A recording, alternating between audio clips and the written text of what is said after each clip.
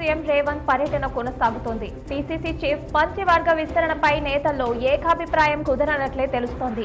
సామీగా సమీక్షణ కుదరకపోవడంతో మంత్రివర్గ విస్తరణపై ఏకాభిప్రాయం రాలేదని చర్చలు మొదలయ్యాయి. అయితే ఖర్గే సమక్షంలో కె కేశవరావు పార్టీలో చేరిన అనంతరం రాహుల్ ఖర్గేలతో సీఎం రేవంత్ రెడ్డి సమావేశమయ్యారు.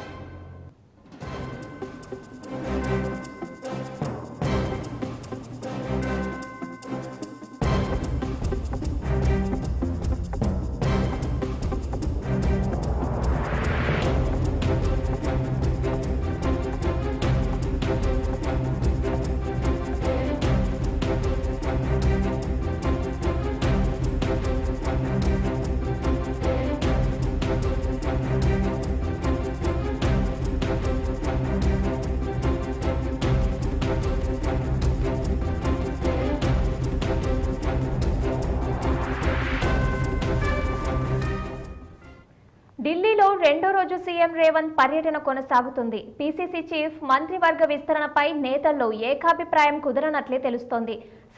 సామాజిక సమీకరణలు కుదరకపోవడంతోనే మంత్రివర్గ విస్తరణపై ఏకాభిప్రాయం రాలేదని చర్చలు మొదలయ్యాయి. అయితే ఖర్గే సమక్షంలో కె కేశవరావు పార్టీలో చేరిన అనంతరం రాహుల్ ఖర్గేలతో సీఎం రేవంత్ రెడ్డి సమావేశమయ్యారు. ఇక దీనిపై మరింత సమాచారం మా పొలిటికల్ బ్యూరో చీఫ్ రాములు అందిస్తారు. రాములు, చెప్పండి. కేశవరావు పార్టీలో చేరిన తర్వాత సీఎం రేవంత్ రెడ్డి రాహుల్తో ఖర్గేతో సమావేశమయ్యారనే సమాచారం ఉంది. సంబంధించిన అప్డేట్స్ ఏంటి?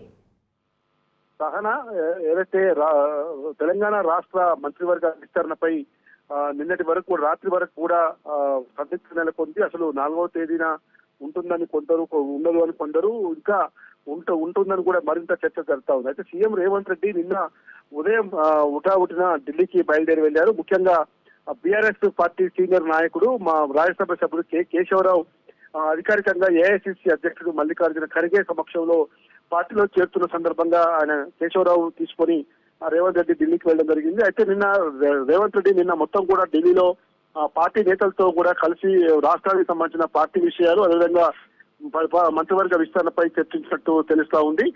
ఈ నేపథ్యంలో ఖర్గేతో పాటు కేసీ వేణుగోపాల్, రాహుల్ గాంధీ తో కూడా ఆయన అంతర్గతంగా భేటీ అయినట్టు తెలుస్తా ఉంది. ఇప్పటికే రేవంత్ రెడ్డి రెండో రోజు ఢిల్లీ పర్యటన కొనసాగుతుంది. ఇవాళ కొద్దిసేపటి క్రితమే ఢిల్లీకి బయలుదేరి వెళ్లిన రాష్ట్ర ఉప ముఖ్యమంత్రి బట్టి విక్రమార్కతో కలిసి కేంద్ర హోంమంత్రి అమిత్ షాతో పాటు ప్రధాని నరేంద్ర మోడీని కూడా ఇప్పటికే అపాయింట్మెంట్ ఫిక్స్ అయినట్టు తెలుస్తుంది. వీరిద్దరితో కూడా రాష్ట్రానికి సంబంధించిన విషయంలో ఆర్థిక సహాయం కోసం, తర్వాత ఇతర ప్రాజెక్టుల కోసం కానీ ఇతర సహాయం కోసం కూడా వీళ్ళిద్దరు కూడా కలిసి అటు అమిత్ షాతో పాటు నరేంద్ర మోడీ కూడా వినతి పత్రాలు సమర్పిస్తారు. అయితే ఈ భేటీ ఉత్తమ్ కుమార్ రెడ్డి ఇప్పటికే ఢిల్లీలో రేవంత్ రెడ్డి ఉండడంతో ఈ రోజు ఉదయం రాష్ట్ర ఉప ముఖ్యమంత్రి బట్టి విక్రమార్క కూడా ఈ హోంమంత్రి తర్వాత ప్రధాని నరేంద్ర మోడీ కలిసే దానిలో పనిలో భాగంగానే బట్టి విక్రమార్క కూడా ఢిల్లీకి బయలుదేరి వెళ్ళడం జరిగింది.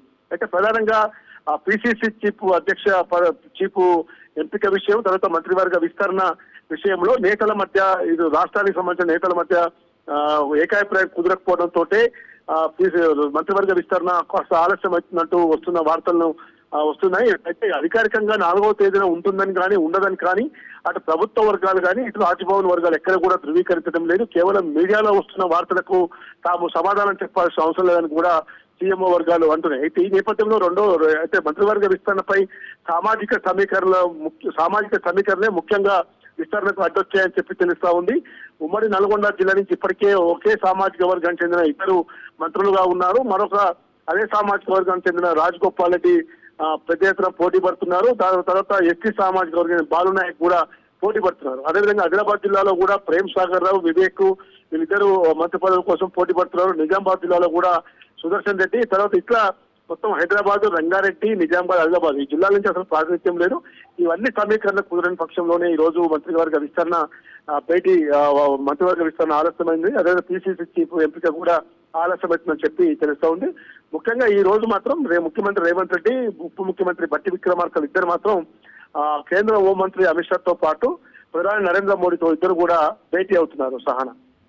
ఓకే రామన్, కేబినెట్ విస్తరణ మీద పిసిసి చీఫ్ పదవి ఎవరికి ఇవ్వాలనే దాని మీద ఇంకా స్పష్టత రాలేదని తెలుస్తుంది. ఇంకా ఎంత సమయం పడుతుంది?